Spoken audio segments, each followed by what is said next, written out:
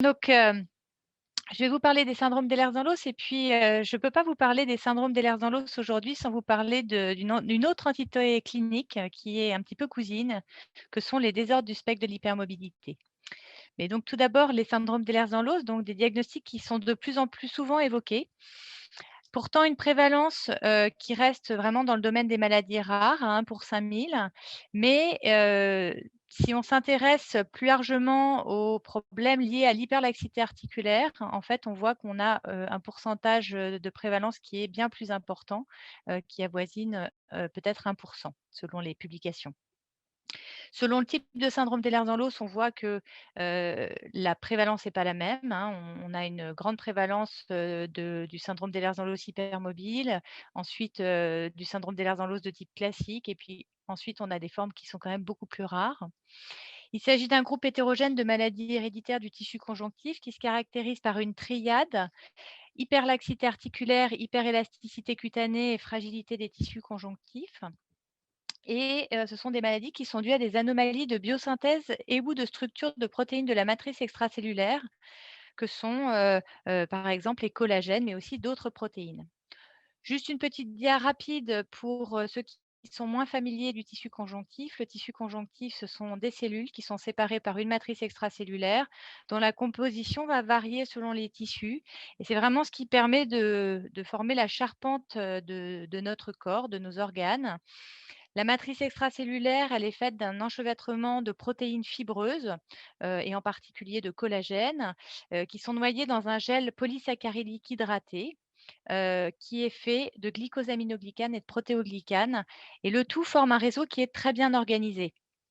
La matrice extracellulaire, elle va assurer, à la fois des propriétés mécaniques, pour, les capsules articulaires, les tendons, les ligaments, elle va permettre à l'os de se calcifier, elle va, être également un lieu de diffusion et puis elle va réguler le comportement des cellules qui sont à son contact de, beaucoup de façons, dans cette matrice extracellulaire ultra prédominent, les collagènes. Alors devant quels, symptômes est-ce qu'on va évoquer un syndrome d'Ehlers-Danlos? Tout d'abord devant des signes dermatologiques, une hyperextensibilité cutanée, une fragilité de la peau avec, une peau qui va se déchirer facilement, des plaies qui vont mal cicatriser, qui vont laisser place à des cicatrices dystrophiques, des hématomes anormaux, dans un contexte d'hémostase normale. On va également, avoir des patients qui vont, se présenter avec une hyperlaxité articulaire, qui va se compliquer volontiers d'entorses, de luxations à répétition, des histoires de scoliose, chez certains patients un habitus marfanoïde, des malformations des pieds, des doigts, des histoires de luxation congénitale de hanche et puis bien sûr beaucoup de phénomènes douloureux, complexes. Et puis, on va aussi, être amené à évoquer un syndrome d'Ehlers-Danlos devant une fragilité, viscérale, en particulier au niveau du pelvis, du côlon, devant des histoires de pneumothorax, devant des fragilités de parois, hernie, abdominale, prolapsus, devant des fragilités des artères, notamment des dissections, des anévrismes et puis devant d'autres particularités qui peuvent survenir, notamment, des histoires de strabisme, d'amincissement, de la cornée, de fragilité du globe, des anomalies bucco-dentaires et puis, d'autres signes fonctionnels, digestifs, urinaires, gynécologiques, qui peuvent s'associer également et puis bien sûr, chez l'enfant, parfois des difficultés dans les apprentissages, le développement staturo-pondéral dans certains types de syndrome d'Ehlers-Danlos.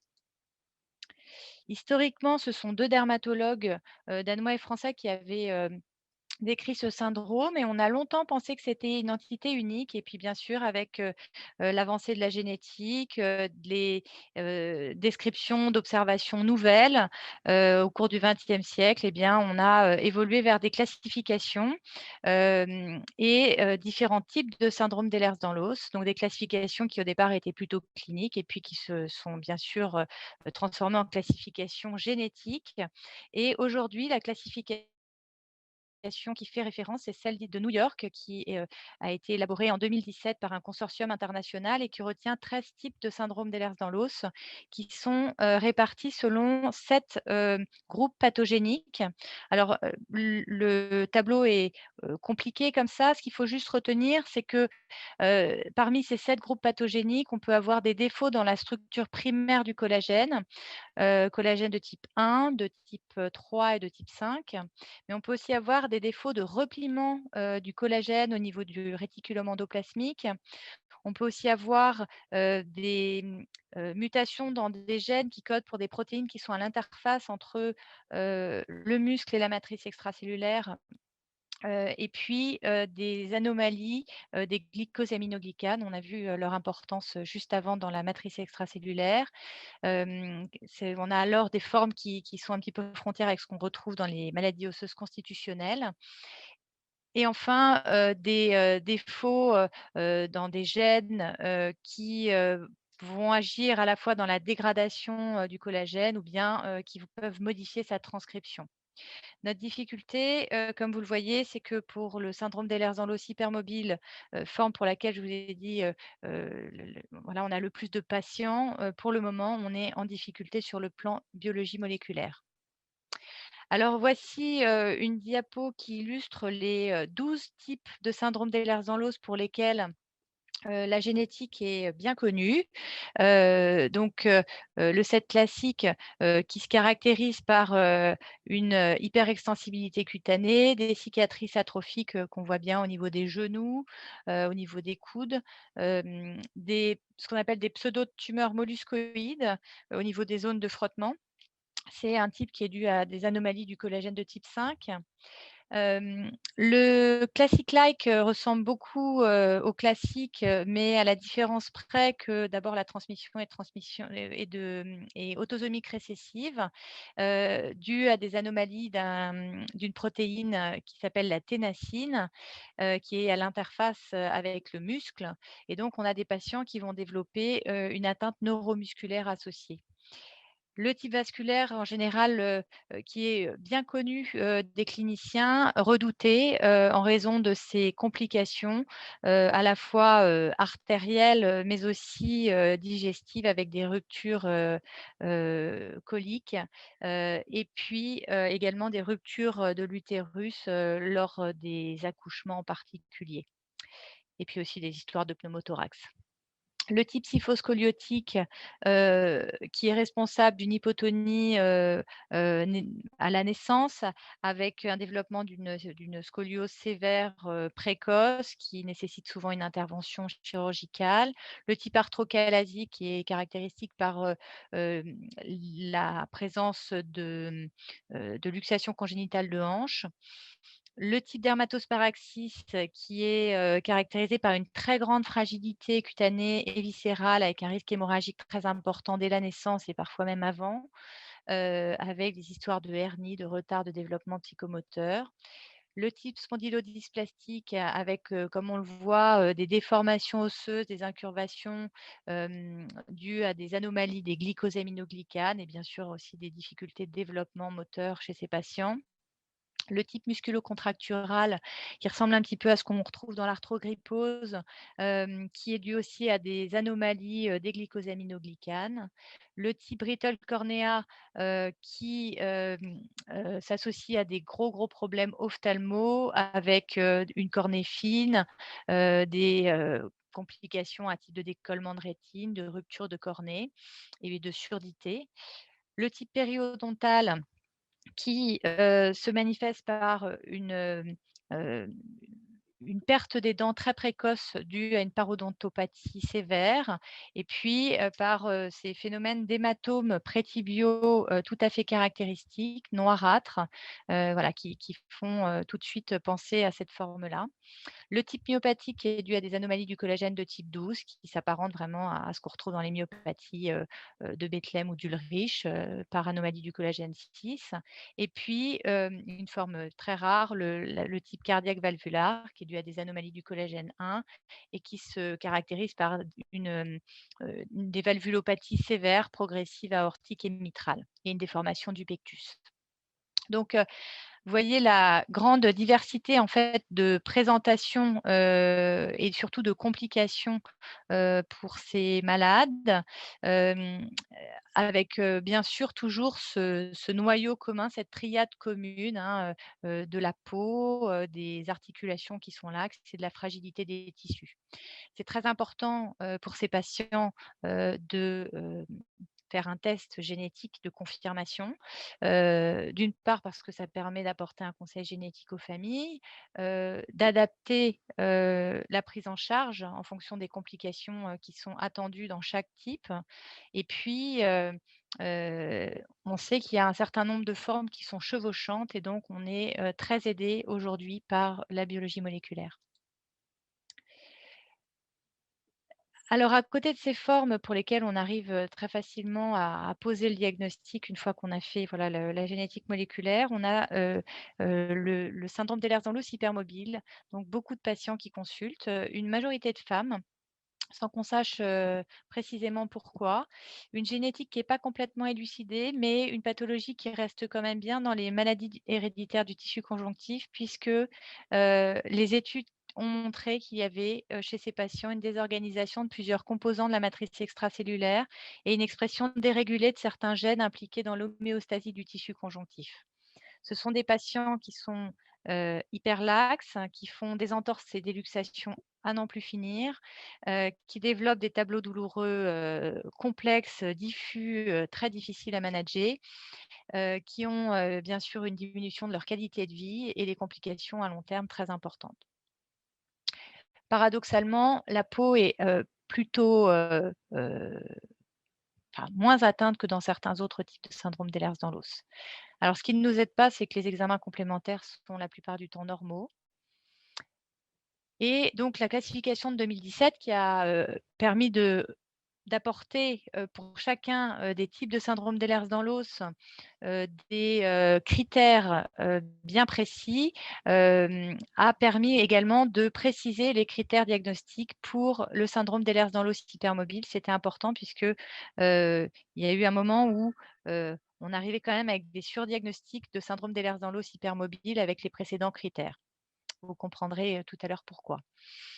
Alors ces critères, on ne va pas les détailler, mais bien sûr, le premier c'est l'hyperlaxité articulaire et si, ça vous intéresse, on a, un tutoriel qui est disponible sur la chaîne, YouTube de la filière Oscar pour, bah, voilà, apprendre à bien rechercher une hyperlaxité articulaire. Il faut bien sûr avoir éliminé les autres diagnostics de syndrome d'Ehlers-Danlos et puis les diagnostics différentiels et on va voir qu'ils sont nombreux. Et puis, il faut avoir au moins des 2 atteintes A, B ou C. Donc, heu, avoir une histoire familiale d'un apparenté au premier degré qui remplit les critères pour un SED hypermobile, ou bien avoir, des complications musculo-squelettiques, voilà, un certain nombre, hein, significativement.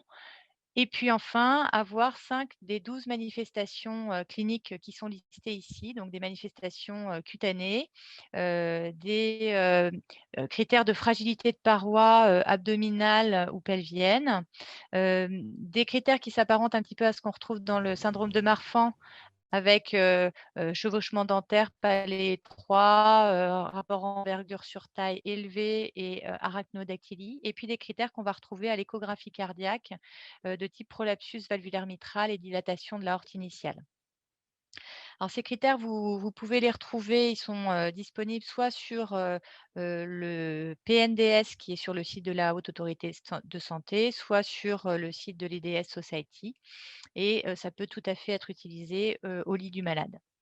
À côté de ces critères, on a un certain nombre de comorbidités, qui ont été, listées, voilà, depuis plusieurs années, des troubles de la proprioception, des anomalies rachidiennes, des anomalies des voûtes plantaires, des troubles neuromusculaires, une fatigue chronique anormale, des troubles fonctionnels intestinaux, vésico-sphinctériens, des, signes de dysautonomie et puis, plus récemment, décrit peut-être, une association avec, heu, un syndrome d'activation mastocytaire. Actuellement, il y a beaucoup d'études sur ce sujet. Alors à côté, des syndromes d'Ehlers-Danlos hypermobiles, on a, beaucoup de patients qui consultent avec une hypermobilité articulaire. Alors l'hypermobilité articulaire reste un symptôme et non une maladie, et donc c'est important de ne pas mélanger ces 2 entités, ce d'autant que, quand on va sur OMIM et qu'on, recherche, le nombre de pathologies associées à de l'hyperlaxité, vous voyez qu'il y a, environ, 400 maladies, qui sont associées à de l'hyperlaxité articulaire. Donc c'est important, de bien faire cette distinction, et puis d'avoir conscience que dans la population générale, on a beaucoup de gens qui sont hyperlaxes et qui ne se plaignent pas du tout, qui n'auront, voilà, jamais mal, jamais d'entorse et de luxation. Donc la démarche diagnostique n'est pas simple. Heu, Ce qui pose problème, ce sont, ces patients, que l'on voit quotidiennement, à côté de nos patients Ehlers dans l'os, qui, sont en grande souffrance, qui ont, une hypermobilité articulaire, qui parfois est héritée, donc ça donne un petit côté génétique, heu et qui développent des complications à type d'instabilité articulaire, des douleurs, tout un cortège de signes fonctionnels, secondaires, qui sont très handicapants. Heu Avec une histoire souvent de facteurs intrinsèques et extrinsèques associés, avec, une morphologie ostéo-articulaire de départ qui était pas tout à fait, adaptée, un des écarts nutritionnels, des traumatismes, une chirurgie, une suractivité, sportive à un moment de la vie et cetera. Tout ceci fait le lit, en fait, de quelque chose qui va venir mimer et la communauté internationale a décidé en 2017 d'utiliser un nouveau terme pour caractériser ces patients et le terme qui a été choisi, c'était les désordres du spectre de l'hypermobilité. Alors c'est peut-être pas un terme qui est très, joli, mais en tout cas, c'est celui-ci qui a été choisi. C'est donc un diagnostic d'élimination, hein, il faut bien sûr avoir, écarté, tous les autres diagnostics avant, mais c'est important pour les patients de pouvoir se retrouver dans ce diagnostic-là. Voilà donc une autre façon d'illustrer les choses, donc du côté gauche, de la dia, des patients qui sont, hyperlaxes asymptomatiques, du côté droit des patients qui sont hyperlaxes avec tous les critères pour un syndrome d'Ehlers-Danlos et puis, heu, à côté entre les 2, on a vraiment toute, cette, heu tous ces patients qui se présentent avec, une hyperlaxité compliquée et qui s'accompagnent d'un certain nombre de symptômes, qui sont plus ou moins invalidants selon les patients. La question se pose évidemment, d'un continuum clinique, dans tout ça. Donc il y a des études qui sont actuellement en cours, hein, pour, étudier, ces corrélations, et voir si finalement il n'y a pas certains patients qui seraient aujourd'hui, surtout quand ils sont jeunes, étiquetés, désordre du spectre de l'hypermobilité et qui pourraient peut-être évoluer vers un syndrome d'Ehlers-Danlos hypermobile. À côté, de ces diagnostics, bien sûr, il faut, écarter, les diagnostics différentiels. Bien entendu, devant, des hématomes, anormaux, on évoquera, des anomalies de la coagulation, une maltraitance en Munchausen. Devant, une peau, hyperélastique, on évoquera, une cutis laxa. Devant, des douleurs, des troubles rhumatologiques, bien sûr, on va, s'intéresser à toutes les pathologies du registre de la rhumatologie. Et puis sur le plan génétique, il faudra, éliminer, le syndrome de Marfan et puis, les maladies qui sont apparentées Marfan. Certaines myopathies qui ont parfois des présentations proches, comme je vous le disais. Les maladies osseuses constitutionnelles, et notamment, l'ostéogenèse imparfaite, qui, a parfois des présentations beaucoup moins sévères qu'on ne l'imagine et qui peut vraiment se présenter, comme un syndrome d'Ehlers dans l'os. Certaines filaminopathies, et puis d'autres maladies génétiques associées à l'hyperlaxité. Concrètement, donc, devant, un patient qui se présente en consultation, on va rechercher, ces critères diagnostiques de 2017 que je vous rappelle sont disponibles, dans le PNDS sur le site de la Haute Autorité de Santé. Si, on est devant une forme clinique de syndrome d'Ehlers-Danlos éligible à un test génétique, on va le proposer. Cela va nous permettre donc à la fois, le conseil génétique, mais aussi le dépistage des apparentés et puis, chez des femmes jeunes, dans certains cas, de proposer, une procédure de diagnostic, prénatal. Hem et puis, lorsque les critères ne sont pas remplis, on va aller rechercher, toutes ces maladies, cousines, et qui peuvent se présenter un peu de la même façon en recherchant donc des points d'appel vasculaires, ophtalmologiques, musculaires, neurologiques et cetera, qui peuvent mener à un diagnostic de d'autres maladies rares et dans ces cas-là, on propose un test génétique ou bien conclure à, soit à une pathologie du spectre de l'hypermobilité quand les gens sont hyperlaxes, comme je vous l'ai dit, avec, de nombreuses complications. Soit, on a aussi des patients, hein, qui se présentent et qui ont en fait des syndromes douloureux chroniques dysfonctionnels, hein, qui ne sont pas hyperlaxes du tout, soit d'autres pathologies rhumatologiques. En termes de prise en charge, heu, on on va vraiment, reposer sur la prise en charge de la douleur. C'est très important. Nous, on travaille beaucoup avec les centres de la douleur, à la fois pédiatriques et adultes. La prise en charge en rééducation, à la fois, sur le plan kinésithérapie, mais aussi, ergo, appareillage, psychomotricité et puis, dans certains cas, de l'orthophonie, de l'orthopsie. On fait intervenir, la diététicienne lorsque cela est nécessaire. C'est très important de réévaluer ces patients, d'adapter. C'est des patients qui sont, difficiles à prendre en charge puisque bien sûr, c'est pluriarticulaire, donc c'est très compliqué en termes de, voilà, de mobilité et d'exercice. On a mis en place au sein du centre de référence un programme d'éducation thérapeutique, destiné aux patients Ehlers-Danlos.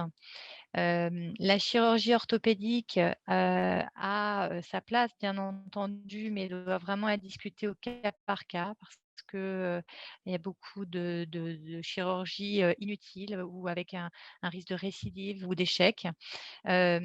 Beaucoup d'histoires de saignements, d'anomalies de cicatrisation, d'infections et cetera et puis parfois aussi de majoration des douleurs post-opératoires. Donc c'est vraiment des discussions au cas par cas. On évite surtout de dispenser, les enfants de sport, hein, comme c'était le cas, il y a quelques années. Au contraire, on essaye de maintenir une activité physique adaptée le plus possible chez ces malades. On accompagne sur le plan psychologique et social. On traite, les troubles fonctionnels intestinaux, vésico-sphinctériens, les problèmes de sommeil. Le tout étant de prévenir les complications, de restaurer une qualité de vie, maintenir une autonomie et développer des stratégies d'adaptation.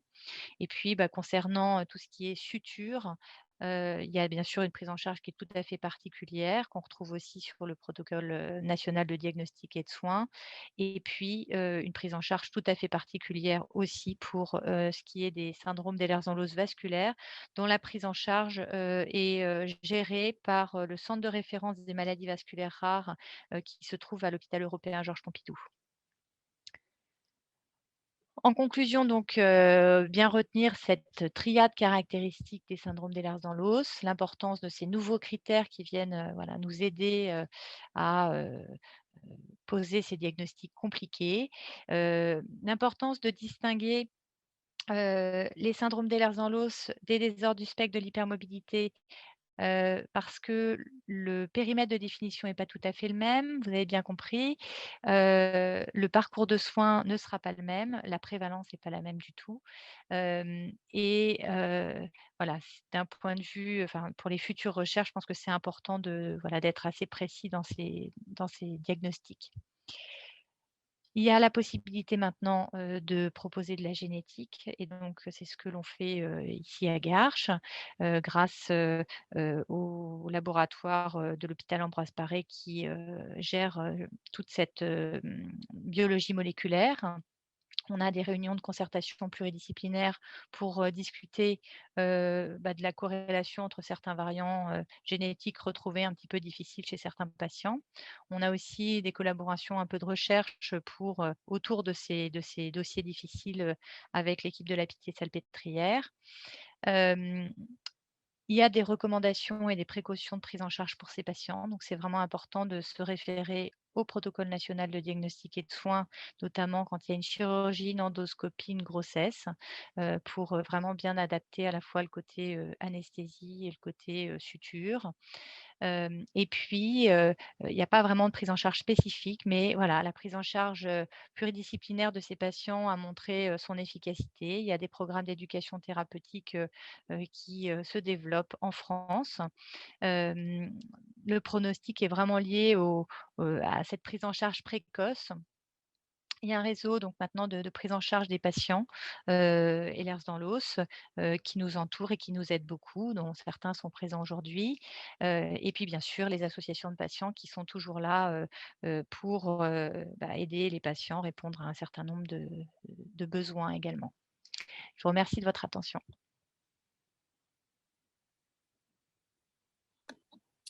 Merci. Merci beaucoup, c'était très, très intéressant, Karen, merci.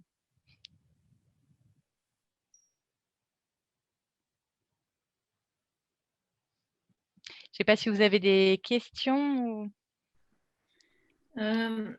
Antoinette Lemoine, je ne sais pas si vous me voyez, je ne vois plus je vais mettre la caméra. Ah oui, là je vois. Vous avez une filière de combien de patients donc étiquetés en fait, vraiment avec dans le cadre de cette pathologie? Ça fait plusieurs années que vous suivez ces patients, j'imagine? Ouais.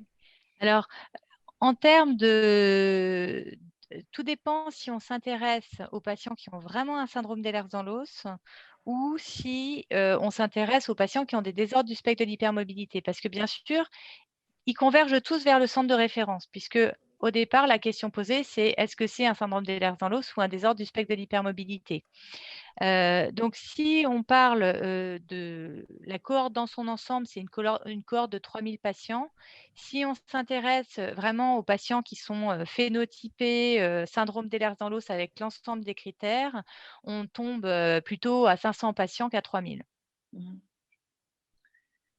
Et la spécialité de Gersh, c'est justement après de les suivre donc dans leur prise en charge d'amélioration de qualité de vie c'est dans toute la prise en charge là, que vous avez pour les enfants.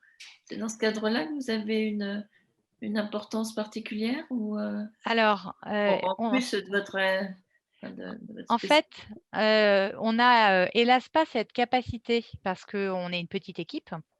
Donc, on va dire que, notre rôle est vraiment de, poser le diagnostic, répondre aux questions, posées par nos collègues qui prennent en charge ces patients-là. Mais, on est dans l'incapacité, bien évidemment, compte tenu du nombre de patients, de suivre tous ces patients, je dirais, sur leur, prise en charge, du quotidien. Ça, c'est absolument impossible. Donc en fait, on a un réseau, derrière, on est obligé de mettre en place un réseau autour du patient, à proximité de chez lui. Et puis, on est un recours, hein, c'est-à-dire que lorsque les patients, ont besoin, ils reviennent vers nous, par le biais de leur médecin qui, nous réadresse le patient en nous disant: «Bah, voilà, cette dame, elle veut un bébé et elle voudrait savoir si, quels sont les risques» ou bien, «Cette dame doit, bénéficier d'une endoscopie, d parce que, elle a des rectorragies, est-ce qu'on peut lui faire?» Vous voyez? Après on est ressollicité, mais c'est vrai que sur la prise en charge du quotidien, c'est compliqué. Alors ce qu'on essaye de faire quand même, c'est pour les patients qui sont, dans les formes rares de syndrome d'Ehlers dans l'os et qui sont donc beaucoup moins nombreux, ces personnes-là, on les voit tous les 1 2 ans en systématique pour, pouvoir, avoir un petit peu l'histoire, un peu de la maladie, et d'écrire un petit peu les choses. Ça, c'est très important.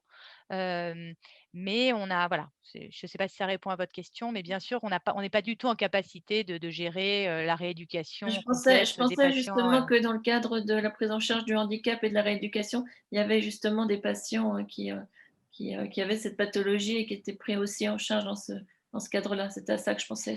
En fait, on débute, c'est-à-dire qu'on a avec nous, une kiné, une psychomotricienne, une psychologue, qui, anime, enfin qui évalue pour la première fois les patients, qui réévaluent les patients lorsqu'ils reviennent dans le service, et qui vont guider après les collègues, soit dans les centres de rééducation quand les patients sont orientés en centre de rééducation, soit en ville lorsque les patients sont suivis en ville.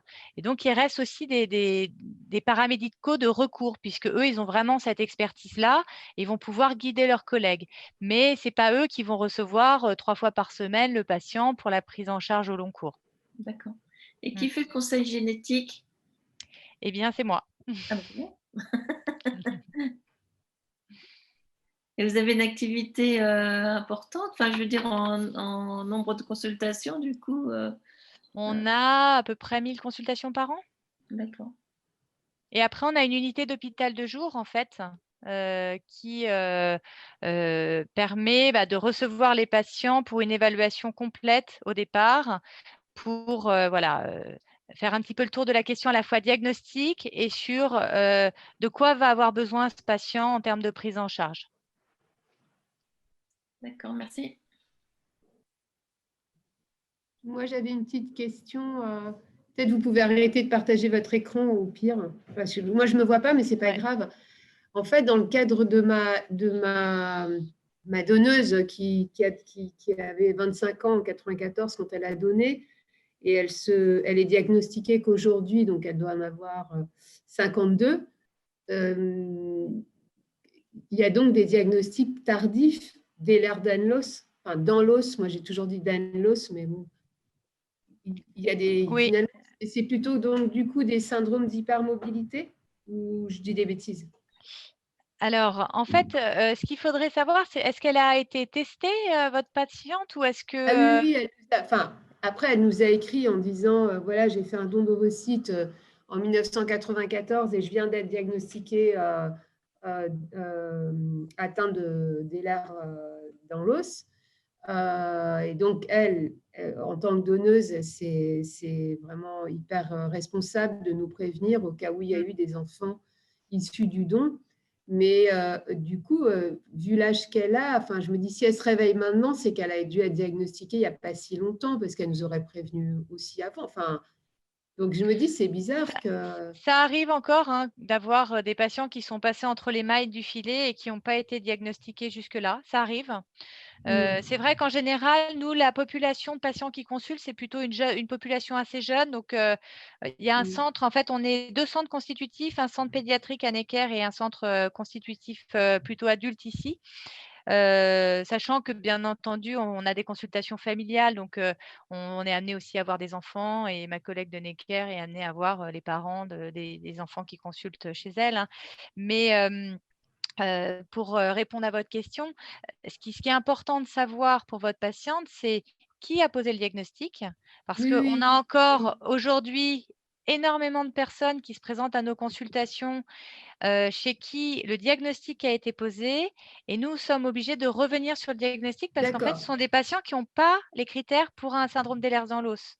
Donc, peut-être la première chose à faire, c'est peut-être de contrôler, d'être sûr que ce soit bien un syndrome d'Ehlers-Danlos. Oui, puisque derrière, il y a des enfants qui sont peut-être en jeu, si vous voulez, qui sont issus du don, vous voyez, donc c'est ça le gros enjeu. Après, je voulais vous dire qu'en DPI, finalement, quand j'ai vu le nom des mutations, on a beaucoup de col 5A1.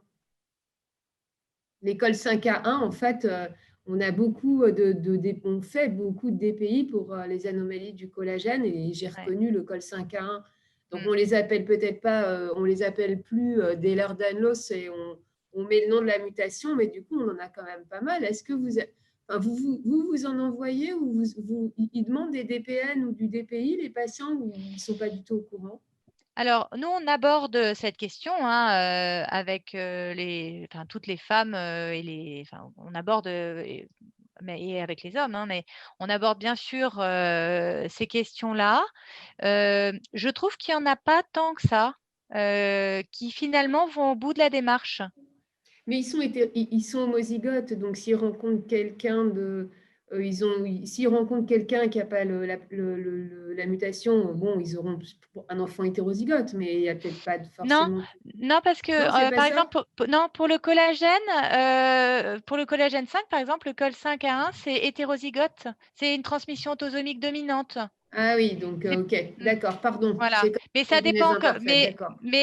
pour certains types de syndrome d'Ehlers-Danlos, c'est des transmissions autosomiques récessives. Et là, effectivement, vous D'accord. avez raison. Oui, Mais donc pour les là, formes les plus fréquentes, c'est plutôt transmission autosomique dominante. oui, oui, donc Mm. effectivement, oui, quand même. Bon, bah, vraiment, c'était hyper intéressant, hein. Je vous remercie beaucoup. Si c'est Merci. enregistré, le reste de l'équipe regardera parce qu'ils voulaient vraiment, mais je pense qu'ils doivent être occupés. D'accord, merci. Merci beaucoup. Moi, je suis Cécile Amni en hémostase. Grâce à tous vos topos, tout ça, on est beaucoup plus à l'affût. Et je voulais savoir vos délais de consultation à peu près, parce qu'on vous envoie des fois des familles. Et je sais, c'est une notion que je n'ai pas. Eh bien, c'est notre souci. Parce que, comme je vous le disais, c'est de plus en plus souvent évoqué. Du coup, on a de plus en plus de demandes. Donc, je n'ose même pas vous dire nos délais de consultation. Ce que je peux Non. vous dire, c'est peut-être quand il y a vraiment voilà, une urgence à voir un patient, me faire un mail directement entre collègues. Je pense que c'est ce qui est plus simple parce que, hélas, on reçoit tellement de demandes que voilà, on fait de notre mieux, mais c'est compliqué voilà, de faire dans l'urgence. Et donc, je pense quand il y a vraiment une situation un peu complexe, moi, voilà, je préfère fonctionner comme ça. Sinon, on a un risque voilà, d'avoir un patient qui aurait dû être vu en urgence et puis qui se retrouve vu 6 mois plus tard, ce qui n'est pas normal. Surtout que D'accord. Cécile, j'imagine qu'avec en étant hémostasienne, le sujet concerne plutôt des formes vasculaires ou des suspicions de ce type-là, non? Ah Ou, ben nous, c'est ou des devant hématomes, échymose et des épistaxis. ecchymoses non expliquées. Oui. On est un peu plus affûté, on fait un peu plus attention à l'hyperlaxité. Enfin, je pense qu'on fait des trucs très sommaires, hein, mais l'hyperlaxité, l'élasticité de la peau, c'est. Et puis, à la journée de formation que vous aviez faite, on avait été interpellé avec ma collègue Céline Desconclois sur les notions de maladresse, parce qu'on en voit plein des patients qui ont des bleus, puis qui nous disent ah oui, mais ou la famille dit ah, mais lui, il est tête en l'air, il se cogne tout le temps. Enfin, du coup, on a fait le rapprochement. Je pense qu'on est. Peut-être qu'on tiquera un peu plus, effectivement. Après, je vous invite vraiment à aller jeter un petit coup d'œil sur le tutoriel qu'on a fait pour regarder, enfin pour montrer les principaux signes sur l'hyperlaxité articulaire sur le YouTube de la filière Oscar, parce que je pense que ça met un peu des images et voilà, ça alerte un peu sur certains symptômes. Ouais, je m'y suis connectée, on va se former. Merci beaucoup. De rien.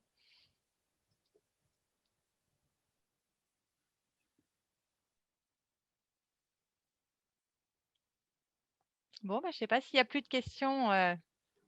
On va peut-être s'arrêter là. Je vous remercie en tout cas d'avoir été là et de vous être intéressé au sujet. Et puis, bah, j'espère effectivement, Madame Lemoine, qu'on aura l'occasion peut-être de rediscuter de l'organisation de… Oui, tout à fait, de l'organisation, puis de l'ouverture aussi sur des exos, enfin on avait un petit peu discuté pour que ce soit élargi et plus, enfin qu'on trouve des réponses avec les nouveaux outils, mais bien avec plaisir. On a refait une demande pour avoir une préindication, donc c'est en bonne voie, mais je vous tiendrai au courant de toute façon. Oui, Mais c'est vrai que là, pour l'instant, l'important, c'est déjà d'assurer la continuité pour les panels. Pour nous, c'est essentiel, quoi. On a une réunion Sequoia le début juin, j'aborderai le sujet. D'accord. Merci à tous. Merci. Merci, c'était vraiment très bien. Merci beaucoup. Merci beaucoup. Au revoir. Au revoir.